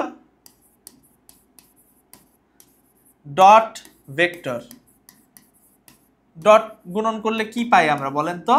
স্কেলার পাই না। আবার ভেক্টর ক্রস ভেক্টর, ক্রস গুণন করলে আমরা কি পাই বলেন তো? ভেক্টর পাই, ঠিক কি না? ডট গুণন করলে আমরা স্কেলার পাই, ক্রস গুণন করলে আমরা ভেক্টর পাই। তাহলে স্কেলারও পাই, ভেক্টর পাই, কখনো স্কেলার কখনো ভেক্টর, কখনো স্কেলার কখনো ভেক্টর। সুন্দর। কোনটি ভেক্টর রাশি নয়? ভেক্টর রাশি না কোনটা? প্রাবল্য। প্রাবল্য মনে রাখবেন, একক কোনো কিছুর উপর যে বল সেটাকে আমরা বলি প্রাবল্য। প্রাবল্য কথা, প্রাবল্য মানেই বল, বিভব মানেই কাজ। বলেন তো বল ভেক্টর নাকি কাজ ভেক্টর? বল ভেক্টর, তাহলে এটা একটা ভেক্টর। ওজন নিচের দিকে কাজ করতেছে, এটা একটা ভেক্টর। ঠিক আছে, ভরবেগ এটা একটা ভেক্টর। বিভব বলছিলাম, বিভব মানে কি? কাজ। বিভব মানে এক ধরনের কাজ। ঠিক আছে, তাহলে এইটা হলো ভেক্টর রাশি নয়, এটা স্কেলার। সহজ কথা। কি বলছি? একক কোনো কিছুর উপর যে বল সেটাকে আমরা কি বলি? প্রাবল্য। একক ভরের উপর বল মহাকর্ষীয় প্রাবল্য, একক চার্জের উপর বল কি? তড়িৎ প্রাবল্য। বুঝতে পারছেন না? এই সেটাকে আমরা আদর করে বল না ডেকে প্রাবল্য ডাকি। একক কোনো কিছুর উপর যে বল সেটাকে আদর করে আমরা কি ডাকি? প্রাবল্য ডাকি। ওস্তাদ, নিচের কোনটি লব্ধ রাশি? কোনটা লব্ধ রাশি? কম্পাঙ্ক, ভর, সময়, তাপমাত্রা। ভর এম এটা আপনি জানেন মৌলিক রাশি, সময় টি এটাও মৌলিক রাশি, তাপমাত্রা থেটা বা টি এটাও আপনারা জানেন মৌলিক রাশি। লব্ধ রাশি কম্পাঙ্ক। লব্ধ রাশি কি? কম্পাঙ্ক, ফ্রিকোয়েন্সি, এটা একটা লব্ধ রাশি। বুঝাইতে পারছি? সুন্দর। এটা একটা লব্ধ রাশি বা ডিরাইভড কোয়ান্টিটি। কোনটি ভেক্টর? ঘাত, উষ্ণতা, বিভব, ফ্লাক্স। ফ্লাক্স, ফ্লাক্স হইল একটা কোন একটা ক্ষেত্রের ভিতর দিয়ে অতিক্রান্ত তড়িৎ বলরেখার সংখ্যা। সেটা কি কোনো কিছুর সংখ্যা, এটা কি ভেক্টর হইতে পারে? পারে না। বিভব মানে কি? কাজ, এটা কি ভেক্টর হইতে পারে? পারে না। উষ্ণতা, তাপমাত্রা, তাপমাত্রা তাপমাত্রার কি কোনো দিক আছে? না, এটা ভেক্টর হইতে পারে? পারে না। ঘাত, ঘাত J is equal to F, ঠিক আছে, অথবা J is equal to M V F minus M V I. ঠিক আছে, P F minus P I. ঘাত এটা কি? এটা হচ্ছে একটা ভেক্টর, একটা বল এবং বলের ক্রিয়াকালের গুণফল। বল এবং বলের ক্রিয়াকালের গুণফল ওস্তাদ, সেটাকে আমরা কি বলি ওস্তাদ? ঘাত বলি, ইম্পালস বলি। বুঝাতে পেরেছি? ঠিক আছে, সেটা একটা কি? Vector quantity. সুন্দর। ঘাত তল বা তলের ক্ষেত্রফল, একটা সারফেস, এই যে সারফেস এই দিকে মুখ করে আছে, তাহলে ভেক্টর এই দিকে, তলের দিক এই দিক এভাবে আছে। ঠিক আছে, এটা এই দিক, তাহলে তল বা তলের ক্ষেত্রফল এটা ভেক্টর ওস্তাদ। এটা অবশ্যই একটা কি রাশি? ভেক্টর রাশি। কোনটি স্কেলার রাশি? এই যে ইলেকট্রিক পটেনশিয়াল, পটেনশিয়াল মানে কি? বিভব। আমরা প্রথমেই পেয়ে গেছি বিভব। বিভব মানে কি? কাজ। কাজ। সুতরাং এটা কি? Electric potential. এটাই হলো আমার স্কেলার। সহজ। দুটি ভেক্টরের পি ও কিউ এর স্কেলার গুণন 0 হলে, ডট গুণন 0 হলে পি ও কিউ একে অপরের উপর লম্ব, তাই না? কারণ কি? P dot Q is equal to P Q cos theta, এটা আমরা জানি। ঠিক আছে, তাহলে স্কেলার গুণন 0 ধরেন, পি কিউ কস থেটা, তাহলে theta is equal to P Q এই পাশে গেলে 0, কজ ইনভার্স 0 মানে 90 ডিগ্রি। তাহলে একটা আরেকটার উপর কি হবে? লম্ব হবে ওস্তাদ। একটা আরেকটার উপর কি হবে? লম্ব হবে। সুন্দর। কোনটি ওয়াই অক্ষের উপর লম্ব হবে? কোনটি ওয়াই অক্ষের উপর লম্ব হবে? দেখেন একটা একটা করে। I I cross J cross I. তাহলে আই ক্রস জে থেকে আমরা কি পাবো? আই ক্রস জে থেকে আমরা পাবো কে। কে কোন দিকে? এই দিকে। ঠিক আছে, আর আই কোন দিকে? এই দিকে। ঠিক কিনা? তাহলে আমরা কে থেকে এই কে আই এটা যদি করি, কে থেকে আই এ করি, তাহলে আমরা কে থেকে আই এর দিকে এই দিকে, তাহলে এটা কি? ওয়াই অক্ষের দিকে হবে না? এটা কি হবে? জে হবে। জে কি হবে? জে কখনোই, জে আমার কি বলছে? ওয়াই অক্ষের উপর লম্ব। জে কি? ওয়াই অক্ষের সমান্তরাল। I cross J cross K. I cross J কি? কে। কে আই ক্রস জে হলো কে, আর ক্রস কে তাহলে কি হয়ে যাবে? কে ক্রস কে কি হবে? 0 হয়ে যাবে না? তাহলে এইটাও হবে না, এইটাও হবে না। J cross I, J cross I হবে minus K. J cross I হবে মাইনাস কে, আর এটার সাথে গুণ হবে কি? গুণ হবে হচ্ছে আমার জে। মাইনাস কে এর সাথে আমার গুণ হবে জে। তাইলে মাইনাস কে থেকে জে এর দিকে ধরেন, মাইনাস কে ভিতরের দিকে, জে এই দিকে, তাহলে মাইনাস কে থেকে জে এর দিকে, এটা কি? আই। তাহলে এটা কি? এর সাথে জে এর সাথে এটা আই, এটা জে এর সাথে কি হবে? লম্ব হবে। এটা জে এর সাথে কি হবে? লম্ব হবে। খুব সহজ। আর কে ক্রস জে, কে ক্রস জে মানে কি? ঠিক আছে, কে ক্রস জে, যে কে ক্রস জে মানে হইল minus minus I. Minus I cross K কি হবে? জে এর দিকে হবে, সমান্তরাল হবে। তাহলে লম্ব শুধুমাত্র সি নাম্বারটাই হবে। শুধুমাত্র কি হবে? সি নাম্বারটাই হবে লম্ব। বুঝাইতে পারছি? সহজ। জটিল কিছু, কঠিন কিছু, জটিল বা কঠিন কোনোটাই না। 5 একক এবং 6 একক মানের দুটি ভেক্টর কোন বিন্দুতে 60 ডিগ্রি কোণে ক্রিয়াশীল হলে এ ডট বি এর মান কত? তাহলে A dot B, excuse me, হ্যাঁ একটু কাশি হয়েছে। A B cos 60, 5 into 6 into cos 60, cos 60 এর মান কত? হাফ। 30 into হাফ, তাহলে কত? 15। এত এত একক হবে, 15 হবে। এটাই। সুন্দর। আচ্ছা, P is equal to 5i cap minus j cap plus 3k cap আর q is equal to k cap হলে p ক্রস q কত হবে? করে ফেলি।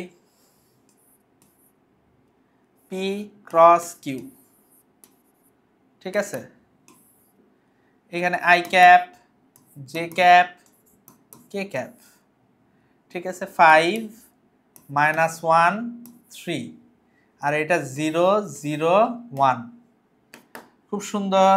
আই ক্যাপ যদি করি, আই এর কলাম আর রো বাদ যাবে, মাইনাস 1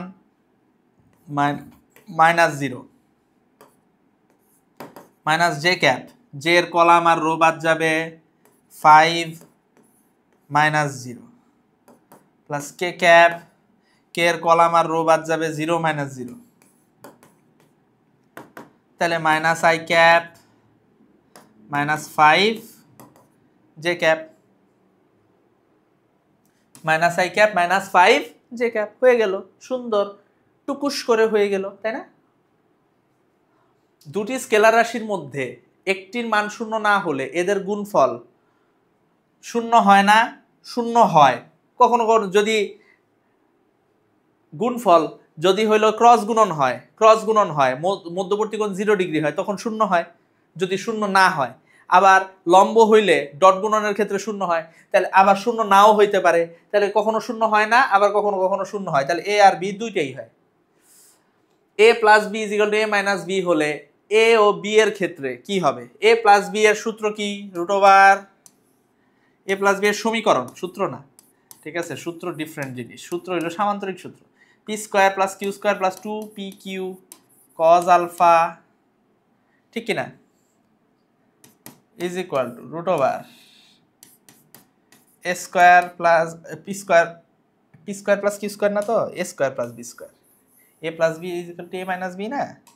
আচ্ছা, root over A square plus B square plus twice A B cos alpha root over A minus B এর মানের সমীকরণ কি?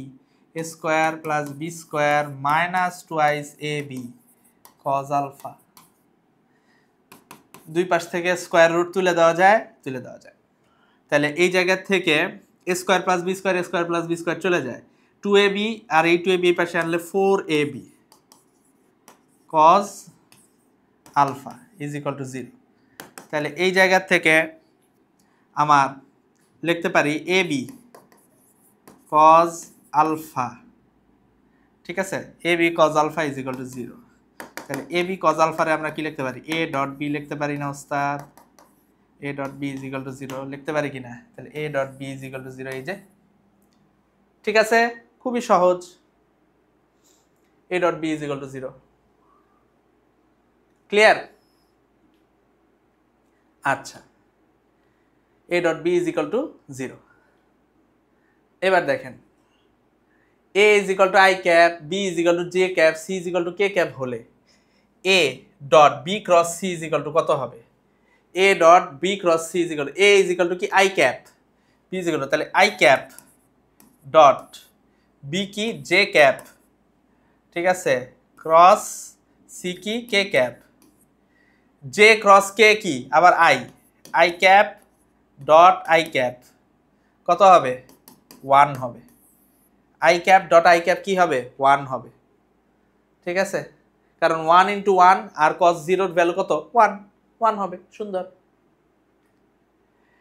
দুটি ভেক্টরের মান যথাক্রমে 8 এবং 6, তারা পরস্পরের সাথে 30 ডিগ্রি কোণে ক্রিয়া করে, এদের ভেক্টর গুণফল কত? ভেক্টর গুণফল চাইছে। তাহলে 8 ভেক্টর গুণফলের মান আর কি? তাহলে a cross b is equal two ab sin theta, 8 into 6 into sin 30, তাহলে sin 30 হাফ, 3 8 24, 24, ঠিক আছে? সুন্দর। জটিল বা কঠিন কোনোটাই না। এরপরে দেখেন p is equal two 5i cap minus j cap plus thrice k cap, q is equal two k cap হলে p dot q is equal to কত? দেখেন এই জায়গায় শুধু k এর সহগ দুইটা গুণ হবে, k এর সহগ এইখানে, আর এই q এর তো অন্য কোনো সহগ নাই। 1 ইন্টু 3 কত হবে? 3, p dot q is equal to 3 হবে। শেষ। এখানে আর চিন্তার কিছু নাই। 1 ইন্টু 3 কি হবে? 3 হবে। একদম সহজ। বুঝাইতে পারছি? a plus b is equal to a minus b হলে a ডট b, এটা রিপিট হয়ে গেছে কোশ্চেন, এটা রিপিট হয়ে গেছে, ঠিক আছে? এটা আমরা ডিলিট করে দেই। আচ্ছা, a cross b is equal two c হলে c dot a is equal to কত হবে? a cross b is equal two c হলে c dot a is equal to কত হবে? খুব সহজ একটা কথা বলি, খুব সহজ। এটা মনে রাখবেন, এই প্রশ্নটা খুবই জরুরি একটা প্রশ্ন। দেখেন, ভালো করে দেখেন, আপনারা কি এই জিনিসটা জানেন কিনা? ক্রস গুণফল যেটা আসে সেটা ক্রস গুণে যারা অংশগ্রহণ করে, যেই দুইটা ভেক্টর তাদের দুইটার উপরেই লম্ব থাকে। A cross B is equal to C হইলে সি এর উপরও লম্ব এবং সি বি এর উপরেও লম্ব। তাহলে একটা ভেক্টর একটা ভেক্টরের উপর লম্ব হইলে তাদের ডট গুণফল কত হবে? 0 হবে না? সি ডট এ 0 হবে না? তাহলে সি ডট এও 0 হবে, সি ডট বিও 0 হবে, শূন্য হবে ওস্তাদ। মনে থাকবে যে A cross B is equal to যদি সি হয়, সি এর উপরেও লম্ব, বি এর উপরেও লম্ব, শেষ, শূন্য, টাস টাস করে সাই সাই করে হয়ে যাবে ওস্তাদ। দুটি ভেক্টরের স্কেলার গুণফল 15, এদের ভেক্টর গুণফলের মান 5√3। ভেক্টর দ্বয়ের মধ্যবর্তী কোণ কত? আচ্ছা, ভেক্টর গুণফলের মান মানে কি? ঠিক আছে, যে ধরেন দুইটা ভেক্টর পি আর কিউ, তাহলে পি কিউ সাইন আলফা, এটা হলো 5√3, আর পি কিউ কজ আলফা, এটা কত? এটা হইলো 15। ভাগ করে দিলাম, ঠিক আছে, দুইটারে নগদে বসায় ভাগ করে দিলাম। তাহলে tan alpha is equal to √3/3। তাহলে tan আলফা 1/√3। তাহলে আলফা কত হবে ওস্তাদ? আলফা 30 ডিগ্রি হবে ওস্তাদ। আলফা কত হবে? 30 ডিগ্রি হবে। জটিলতার কিছু আছে? নাই, জটিলতার কিচ্ছু নাই। 30 ডিগ্রি। আই ক্রস কে কোনটা? আই ক্রস কে কোনটা? আই ক্রস কে মনে রাখবেন একটা জিনিস, আই জে কে, এটার ভিতরের দিকের যে চক্রটা, এগুলো সব পজিটিভ। আই ক্রস জে, এটা হবে হইলো আমার কে, জে ক্রস কে, ঠিক আছে, জে ক্রস কে এটা হবে হচ্ছে আমার আই, কে ক্রস আই এটা হবে হচ্ছে আমার, দুঃখিত, এখানে এটা এখানে ইয়া করে ভিতরের দিকে, কে ক্রস আই এটা হবে আমার জে। তাহলে I cross J K, J cross কে, অর্থাৎ ঘড়ির কাঁটার দিকে যদি ঘুরে গুণ হয় তাহলে এগুলো পজিটিভ হবে। আর ঘড়ির কাঁটার বিপরীত দিকে যদি ঘুরে গুণ হয়, ঘড়ির কাঁটার বিপরীত দিকে ঘুরে যদি গুণ হয় তাহলে সেক্ষেত্রে নেগেটিভ হবে। দেখেন এইবার যদি উল্টা ঘুরে, যে আই ক্রস কে এটা হবে মাইনাস জে, কে ক্রস জে এটা হবে মাইনাস আই, ঠিক আছে, জে ক্রস আই এটা হবে মাইনাস কে। তাহলে আমার কি চাইছে? আই ক্রস কে না, আই ক্রস কে কি হবে? মাইনাস জে হবে, মাইনাস জে ডি। বুঝাইতে পারছি? মাইনাস জে হবে। স্কেলারের গুণফল বিনিময় সূত্র মেনে চলে না মেনে চলে? বলে রাখি, বিনিময় সূত্র বা কমিউটেটিভ থিওরাম, এটা ডট গুণনটা মেনে চলে, ক্রস গুণন মানে না। A dot B is equal to B dot A. স্কেলারের গুণফল অলওয়েজ বিনিময় সূত্র মেনে চলে। স্কেলারের গুণফল যেমন 5 × 6 মানেই তো 6 × 5, একই কথা, বিনিময় সূত্র মেনে চলে। দুইটা ভেক্টরের গুণফল শূন্য হলে, ভেক্টরটির মধ্যবর্তী কোণ কত? আচ্ছা, দুটি ভেক্টরের গুণফল শূন্য হলে, এখন এই জায়গায় ক্লিয়ার না এটা স্কেলার গুণফল না ভেক্টর গুণফল। এই জায়গায় ভেক্টরের ভেক্টর গুণফল সম্ভবত হবে, ভেক্টর গুণফল যদি শূন্য হয়, প্রশ্নের উঠাইতে একটু ভুল করছে, যদি শূন্য হয় তাহলে ভেক্টরের মধ্যবর্তী কোণ হবে 0 ডিগ্রি। ভেক্টর গুণফল যদি 0 হয়, মধ্যবর্তী কোণ হবে কত ডিগ্রি? 0 ডিগ্রি ওস্তাদ। দেখেন কে ডট আই ক্রস জে মানে কি? আই ক্রস জে মানে কে, তাহলে কে ডট কে, কে ডট কে, কে ডট কে এর ভ্যালু কত? কে ডট কে এর ভ্যালু 1। এখানে কোথাও 1 আছে? এখানে কোথাও 1 নাই। তাহলে এই জায়গায় নো অপশনস, কোনো অপশন দাগানো যাবে না। ঠিক আছে, কোনো অপশন আপনি দাগাইতে পারবেন না, এখানে অপশন দেওয়াই নাই। কে ডট কে আসলে কি হবে? 1 হবে। কে ডট আই ক্রস জে, এটার ভ্যালু কত হবে? 1 হবে। পরেরটা দেখেন, দুটি ভেক্টর রাশির মান যথাক্রমে 10 ও 15 একক, এরা লম্বভাবে অবস্থান করলে ভেক্টর দুটির গুণফল কত? ঠিক আছে, এরা যদি লম্বভাবে অবস্থান করে তাহলে ভেক্টর দুইটার গুণফল কত? আচ্ছা, ভেক্টর দুইটার অ্যাকচুয়ালি এইখানে লম্বভাবে অবস্থান করলে ভেক্টর দুইটার ভেক্টর গুণফল কত? এটা এই যে ভেক্টর কথাগুলো বাদ দিছে, যাই হোক, ভেক্টর গুণফল কত? তাহলে খুব সুন্দর, তাহলে দুইটা ভেক্টর রাশি পি কিউ, ভেক্টর গুণফল হইল পি কিউ সাইন থেটা। তাহলে 10 ইন্টু 15 ইন্টু সাইন 90, সাইন 90 মান 1, তাহলে কত? 150। তাহলে এটা কি 150 ইউনিট। ঠিক আছে, স্কেলার গুণনের উদাহরণ কোনটা? কাজ, কাজ না? ধরেন এই একটা বস্তু আছে, এই একটা বস্তুকে আপনি বল প্রয়োগ করছেন এফ, বলের অভিমুখ এইটা, বস্তুটা গেল এই দিকে এস, তাহলে সে বলের দিকে গেছে কতটুকু?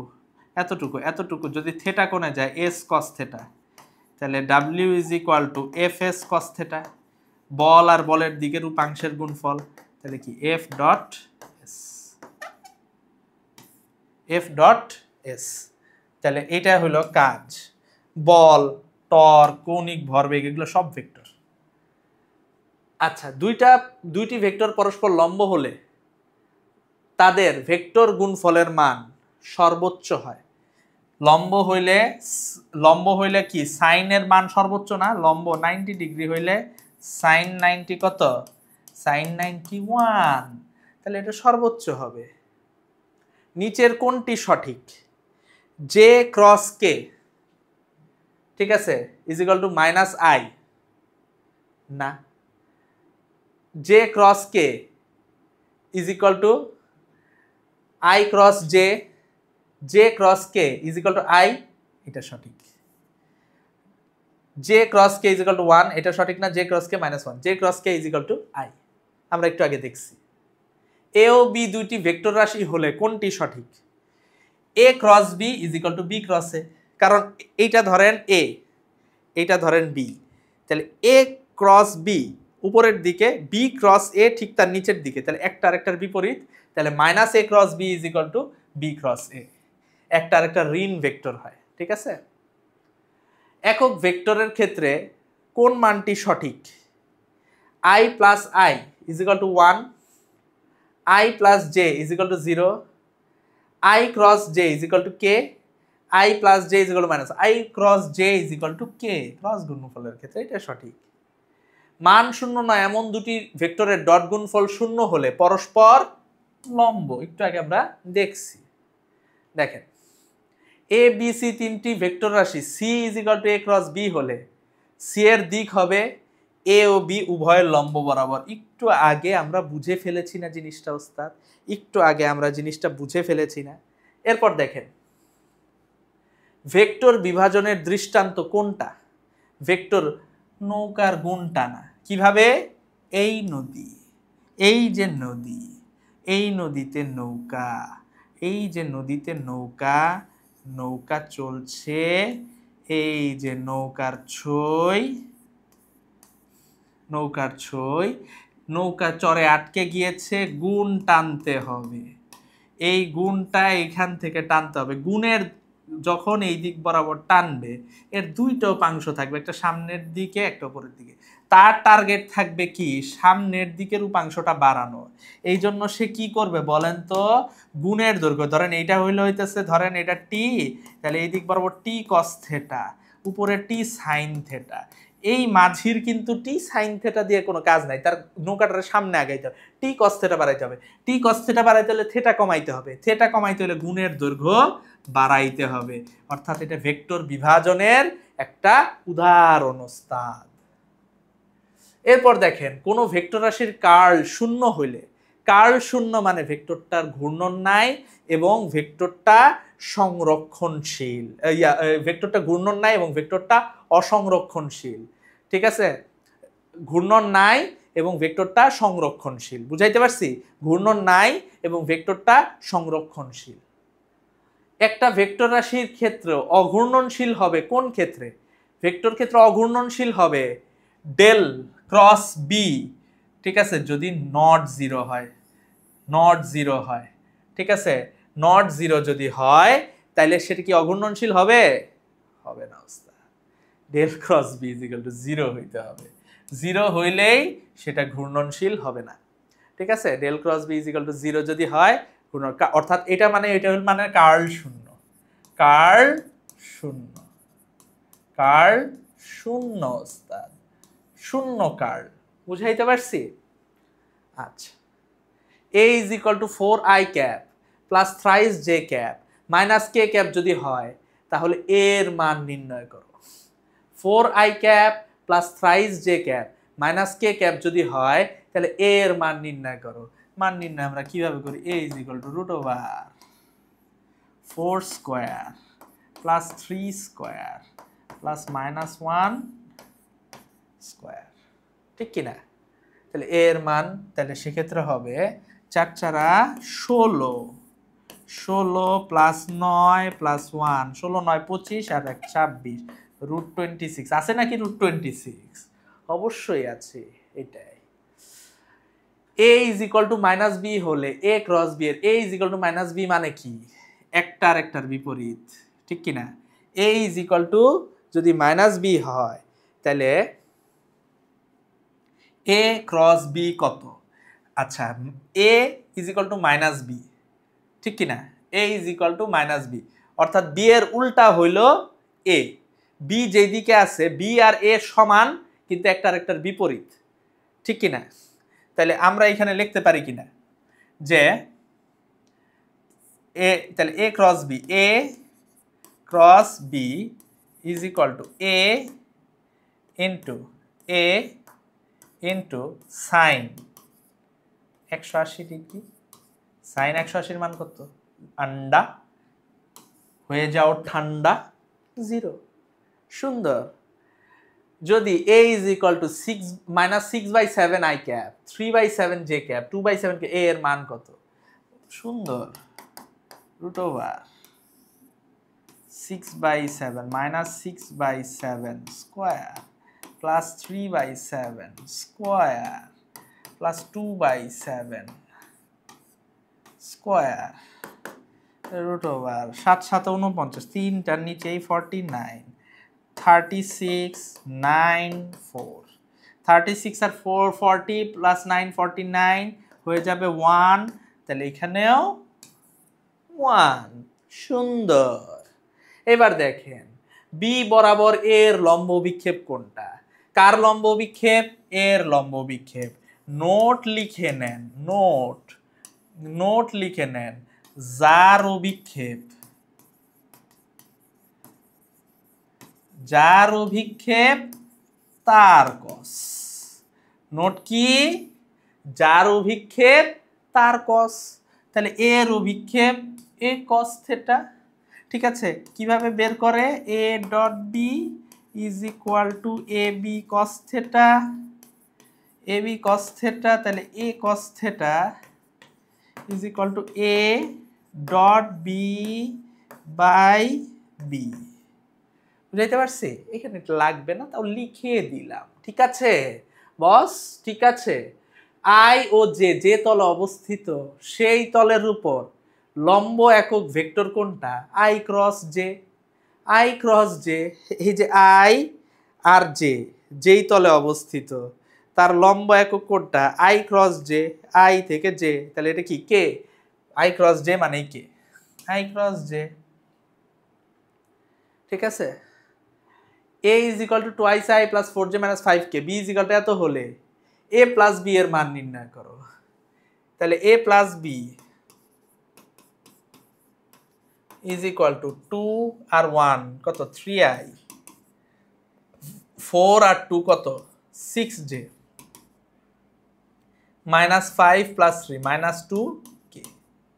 তাহলে সুন্দর, √3 স্কয়ার প্লাস 36 6 স্কয়ার মানে 36, 3 square plus 6 square plus -2 square, তাহলে √9 প্লাস 36 প্লাস 4, তাহলে কত হইল? √40 আর 9 কত হইল? √49। তাহলে 7 সুন্দর। আচ্ছা দেখেন, vector B is equal to 6i - 3j + 2k এর উপর ভেক্টর এত এর অভিক্ষেপ কত? তাহলে এ এর অভিক্ষেপ চাইছে, তার মানে কি এ cos θ চাইছে, এইটার উপর এইটার cos, তাহলে এ cos θ চাইছে। তাহলে আমি জানি এ cos θ, যার অভিক্ষেপ তার cos, ঠিক আছে। তাহলে এই জায়গায় A cos θ is equal to a dot B by B. A dot B কত? এ ডট বি 6 দুগুণে 12 -3 × 2 -6, 2 আর 1 প্লাস 2, আর বি হচ্ছে কত? বি হচ্ছে √6 square plus -3 square plus 2 square. তাহলে এই জায়গায় 14 থেকে 6 গেলে 8, আর এই জায়গায় 36, 9 আর 4, তাহলে 36 আর 4 40, আর 9 ফর √49 মানে 7, তাহলে 8/7। সুন্দর।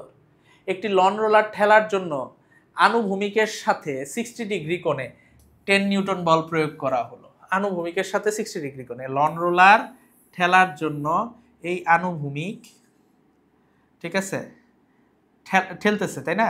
আনুভূমিকের সাথে 60 ডিগ্রি অ্যাঙ্গেল করে, ঠিক আছে, 10 নিউটন বল প্রয়োগ করা হয়েছে। আনুভূমিকের সাথে 60 ডিগ্রি অ্যাঙ্গেল করে, ঠিক আছে, 10 নিউটন বল প্রয়োগ করা হয়েছে। ওকে, আচ্ছা। রোলারটির ওজন স্থির অবস্থার ওজনের চেয়ে, রোলারটির ওজন স্থির অবস্থার ওজনের চেয়ে কতটুকু বেশি হবে? F10, তাহলে এটারে এইখানে নিয়ে আসি, ঠিক কিনা? এটারে এইখানে নিয়ে আসতে পারি? আচ্ছা, এবার দেখেন এইখানে যদি নিয়ে আসি, এটা এই পাশে নিয়ে গেল, তাহলে এটা 60, তাহলে এটা হলো F cos 60, আর ওজন বাড়বে কোন দিকে? নিচের দিকে, F sin 60, ঠিক কিনা? তাহলে 10, F হলো 10, sin 60 মান কত? sin 60 মান √3/2, তাহলে এই জায়গায় 5√3 মানে 1.7, ঠিক আছে, 1.7, তাহলে এই জায়গায় আসে 5×7=85, তাহলে 8 পয়েন্ট সামথিং আসবে, তাহলে 8.66 নিউটন, বুঝাই যাইতেছে। সুন্দর। এরপর দেখেন 5 নিউটন ও 10 নিউটন মানের দুটি বল একটি কণার উপর আরোপিত হলে কোন বলটি কণাটির উপর লব্ধি বল হতে পারে না? আচ্ছা, মনে রাখবেন বল মানে লব্ধি আর ম্যাক্সিমাম হইতে পারে P প্লাস কিউ পর্যন্ত, আর মিনিমাম হইতে পারে P মাইনাস কিউ পর্যন্ত। তাহলে 10 থেকে 5 বিয়োগ করলে কত থাকে? 5, তাহলে সর্বনিম্ন হইতে পারে 5, আর সর্বোচ্চ হইতে পারে 10 আর 5 যোগ করলে কত? 15, তাহলে 5 থেকে 15-র ভিতর যে কোনো কিছু হইতে পারে। এর বাইরে কিছু আছে? যেটা আছে ওইটাই অ্যান্সার, যেটা হইতে পারে না 20 নিউটন, ঠিক আছে। এবার দেখেন দুটি ভেক্টর রাশির প্রত্যেকটির মান 7, এরা পরস্পর 120 ডিগ্রি কোণে একই সাথে কোনো বিন্দুতে, এই যে এই প্রশ্নটা আছে না, এটা দিয়ে বিভিন্ন ধরনের প্রশ্ন আসে। আমি আপনারা খুব সহজভাবে বুঝাই। প্রত্যেকটার মান 7, এরা পরস্পর 120 ডিগ্রি, পি, তাহলে P is equal to Q. Alpha যদি 120 হয় তাহলে মনে রাখবেন then P is equal to Q is equal to R. তাহলে লব্ধির মান এই দুইটার মানের, এই দুইটার যে মান 7, এটা সমান, এটা একটা। আবার বলতে পারে P is equal to Q is equal to R, P is equal to Q is equal to R, and alpha P is equal to Q is equal to R যদি হয়, then alpha is equal to 120 degree. বুঝাইতে পারছি? এটা 2 number note. ঠিক আছে, আরো আছে। যদি p plus Q is equal to 3 into p minus Q হয়, ঠিক আছে, then alpha is equal to 90 degree and theta is equal to 90 degree হয়, দেন আলফা 120 ডিগ্রি। কিভাবে আমরা বলি, নদীর স্রোতের অনুকূলে 18, স্রোতের প্রতিকূলে 6, তাহলে স্রোতের অনুকূলে মানে কি, নৌকার বেগ যোগ স্রোতের বেগ, ঠিক কি না, ওটা 18, নৌকার বেগ বিয়োগ স্রোতের বেগ সেটা কত, 6, তাহলে p প্লাস কিউ কার, এই p মাইনাস কিউ এর কয় গুণ হয়ে গেছে, 3 গুণ হয়ে গেছে না। আর সোজাসুজি নদী পার হইতে হলে, সোজাসুজি নদী পার হওয়া মানে কত, 90 ডিগ্রি, তাকে কত কোণে চালাইতে হবে, 120 ডিগ্রি কোণে চালাইতে হবে। বুঝাইতে পারছি? সুন্দর, একদম সুন্দর। ঠিক আছে, আবার যদি 4 নাম্বার বলে p is equal to 2q, ঠিক আছে, theta is equal to 90 degree, then alpha is equal to 120 degree. বুঝতে পারছেন? এগুলা সব হইল একই গোয়ালের গরু। ঠিক আছে, এটা অ্যান্সার 7 হবে, এটা তো আমরা বুঝতে পারতেছি। এটার অ্যান্সার কত হবে? এটার অ্যান্সার 7 হবে, 7। কারণ কি, p is equal to Q, alpha কত 120, তাহলে p is equal to Q is equal to R. সহজ, বুঝাইতে পারছি? p is equal to 2q আর থিটা 90 ডিগ্রি, স্রোতের বেগ 6, নৌকার বেগ 12, তাহলে নৌকা সোজাসুজি পার হইতে থিটা 90 ডিগ্রি কত কোণে যাইতে হবে, 120 ডিগ্রি কোণে। এগুলা মুখস্থ, এগুলা শত শতবার আসছে, শত শতবার আসছে। বুঝতে পারছেন? কোনো প্যারা নাই। এরপর দেখেন, দুটি ভেক্টর বিপরীত দিকে ক্রিয়ারত থাকলে লব্ধির মান হবে সর্বনিম্ন। ঠিক আছে, a is equal to 3x square zi cap xy z square j cap x cube y square z k cap হলে ডেল ডট a এর ভ্যালু কত? ডেল ডট a এর ভ্যালু আমরা বের করে ফেলি। ঠিক আছে, তাহলে del dot a is equal to del s thrice x square z plus del y minus x cube y square z plus del y xy z square minus plus del z minus x cube y square z। তাহলে এইখান থেকে হবে 6xz plus xz square minus x cube y square, 6xz plus xz square minus x cube y square. কি চাইছে? এটা divergence. এটা কি? Divergence.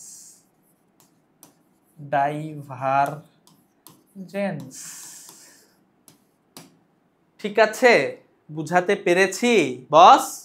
বুঝতে পারছেন না? সুন্দর, থ্যাংক ইউ ভেরি মাচ।